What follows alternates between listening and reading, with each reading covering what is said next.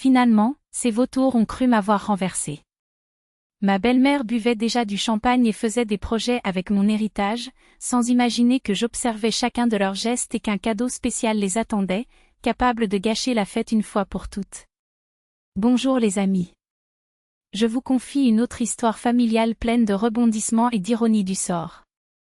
Installez-vous confortablement, car ce voyage sera mouvementé. Tina a posé son téléphone portable et a regardé son mari en silence, sachant qu'il avait tout entendu. Le volume de l'appel était trop fort, tout comme la nouvelle explosive à laquelle elle-même ne s'attendait pas. Sur le visage d'Oleg, un mélange de choc et d'euphorie, des yeux écarquillés, un sourire, des pieds tapant sur le sol comme s'il s'apprêtait à danser. « Qui était-ce » a-t-il demandé, feignant l'indifférence, mais sans convaincre personne.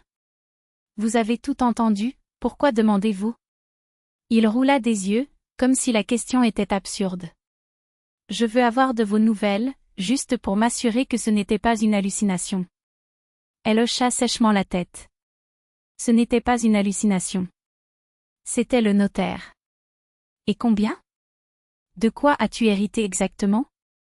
Tina haussa les épaules, sourit ironiquement et mit son téléphone portable dans la poche de sa robe avant de disparaître dans la salle de bain. La porte grinça, quelque chose tomba de l'autre côté et la voix anxieuse de son mari résonna. « Tina, dis-moi. J'ai le droit de savoir. » Elle ouvrit le robinet, laissa la mousse se former et regarda la baignoire se remplir, sans partager leur excitation. Au contraire, elle n'éprouvait qu'une véritable pitié pour son oncle bien-aimé, décédé si subitement. Il la gâtait lorsqu'elle était enfant des jouets, de l'argent en poche, chevauchant sur ses larges épaules. Aucune valeur matérielle ne pouvait compenser son manque. Lorsque l'eau recouvrit son corps, Tina ferma les yeux mais ne parvint pas à se détendre. Dehors, la voix sourde d'Oleg insistait. « Maman, tu n'y croiras pas. C'est un héritage, mais je ne sais pas encore dans quelle mesure. » Le souffle de Tina se coupa. Bientôt, sa mère serait là, et elle préférait de loin la tenir à l'écart.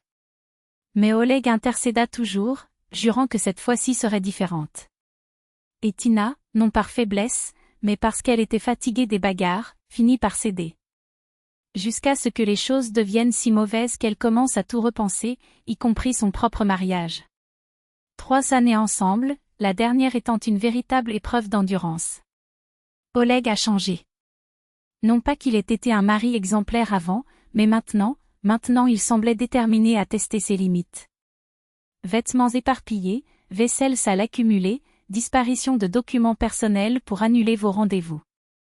Pire encore, il a commencé à donner à sa mère un libre accès à leur maison. Ce n'étaient pas des visites, c'étaient des invasions. Tina a perdu de précieuses pièces de cuivre, sa collection de bijoux, sa tasse préférée et même les tapis persans que sa tante lui avait offerts. Et non, elle n'a pas avalé en silence. Les combats étaient fréquents et explosifs. Elle l'a même expulsé, mais il est revenu avec des promesses creuses, et elle, contre sa propre volonté, a fini par ouvrir la porte cette fois et la dernière, se jura-t-elle, sachant que ce ne serait pas le cas. Un frisson la réveilla, l'eau était devenue froide. Quelqu'un a gratté la porte. « Tina, ça va ? Tu me fais peur. » C'était Alyosha, le fils, qui regardait avec inquiétude à travers la fente. « Je vais bien, mon amour. Laisse-moi juste me doucher en paix. » La femme a vidé la baignoire, s'est séché les cheveux et s'est enveloppée dans le peignoir en tissu éponge. En partant, il croisa sa belle-mère, appuyée contre le mur, les bras croisés, comme une sentinelle qui attend. « Eh bien, tu voulais quelque chose ?» demanda Tina, faisant semblant de ne pas connaître la raison de cette présence inconfortable, et elle se dirigea vers la cuisine. Les pas traînants de sa belle-mère l'accompagnaient, la femme la rattrapa et se tint devant la porte, immobile comme une statue. « Tu ne vas pas nous dire de combien tu as hérité ?» Tina a failli rire. « Je ne veux pas, mais je sais qu'ils n'abandonneront pas. Un appartement, 7 millions, une maison à la campagne, quelques petits actifs, une entreprise, une voiture, un terrain. » Les yeux d'Oleg et de sa mère brillaient d'avidité. « C'est merveilleux, Tina !» s'est exclamé son mari, comme un magicien sortant de nulle part une bouteille de champagne qui n'était pas là le matin. « Allons-nous célébrer ?» Elle haussa les sourcils. De l'alcool? Maintenant? Bien sûr. Cela mérite une fête, a-t-il insisté, tandis que sa belle-mère murmurait quelque chose à l'oreille de son fils. Tina est sortie pour se changer, mais elle n'est pas allée loin. Il se cacha derrière le coin, écoutant la conversation chuchotée. Enfin, cette poule aux œufs d'or s'est concrétisée. Je perdais déjà espoir, pensant que nous devions forcer le divorce, comme vous l'aviez prévu. Le bouchon a sauté, les verres se sont heurtés. Nous transférons l'appartement à votre nom sans problème. Quant à la maison à la campagne, je la convainc de me donner l'usufruit. La voiture? Elle n'a même pas de permis. Et l'argent? La belle-mère baissa encore plus la voix. On s'en sort petit à petit. Falsifier une maladie, inventer une urgence. L'important c'est qu'elle vous donne la procuration pour l'entreprise de son oncle. Il faut faire pression, faire vite et sans chichi. Ils rirent, bien sûr qu'elle ne pouvait pas entendre. Mais Tina sourit amèrement, car ces deux-là n'avaient aucune idée du véritable cadeau qui les attendait. Un cadeau qu'elle portait dans son sac à main. Lorsqu'elle revint, habillée, elle prit un verre plein qui lui était offert et le leva dans un toast ironique. Puis, au moment où il s'y attendait le moins, il sortit un mince dossier de son sac et le plaça au centre de la table. Personne ne l'a remarqué au début, jusqu'à ce collègue tende la main et la tire. Une petite friandise que j'ai préparée il y a quelque temps. Regarde. Ta mère peut la voir aussi. La belle-mère se pencha avec impatience. Oleg ouvrit le dossier, lut les documents et son visage passa du triomphe à une pâleur cadavérique. Qu'est-ce que c'est, mon fils? Demanda sa mère en lui arrachant les papiers des mains. Ses yeux parcouraient les lignes, sa voix s'élevait avec désespoir. Divorce? Avec partage des biens? Vous plaisantez, Tina? Elle sourit, sereinement. Ce n'est pas une blague.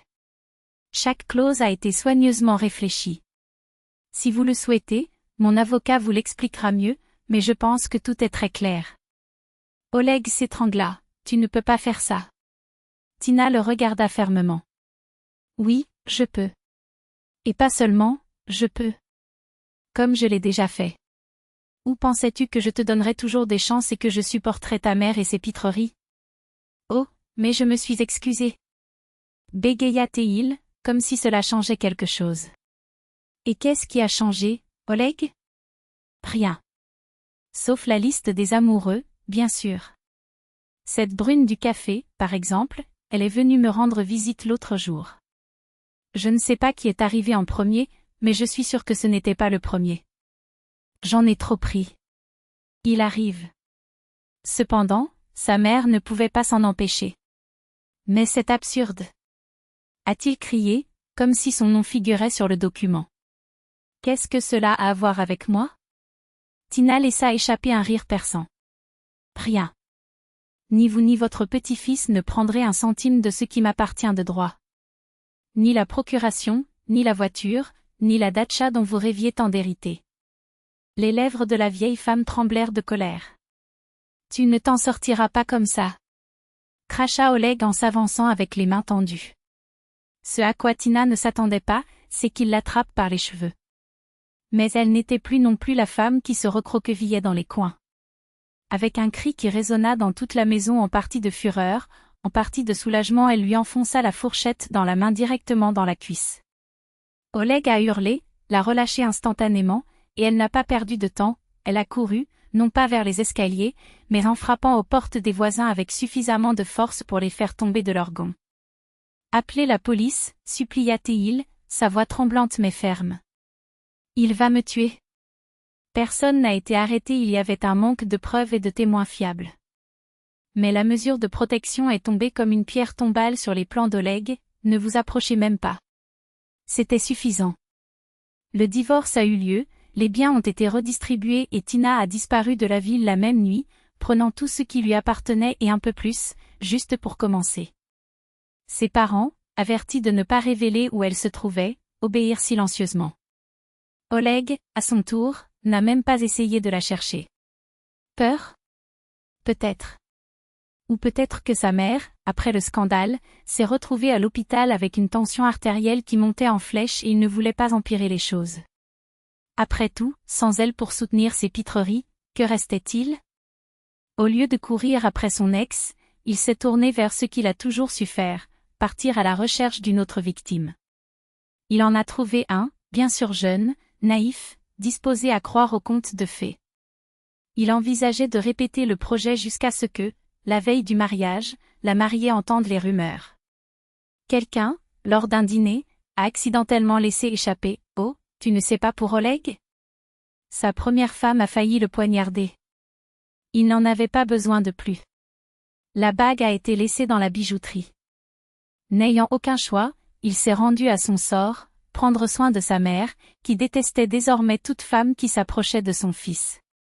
Tina, quant à elle, s'est installée dans une maison à la campagne, où l'air sent la terre mouillée et où personne ne pose de questions sur le passé. Parfois, en buvant un café sur le balcon, elle rit toute seule, un rire sec, presque ironique. Sa cupidité et son arrogance étaient son propre piège. Il pensait qu'il s'en sortirait. Et au final, c'est lui seul qui a tout perdu.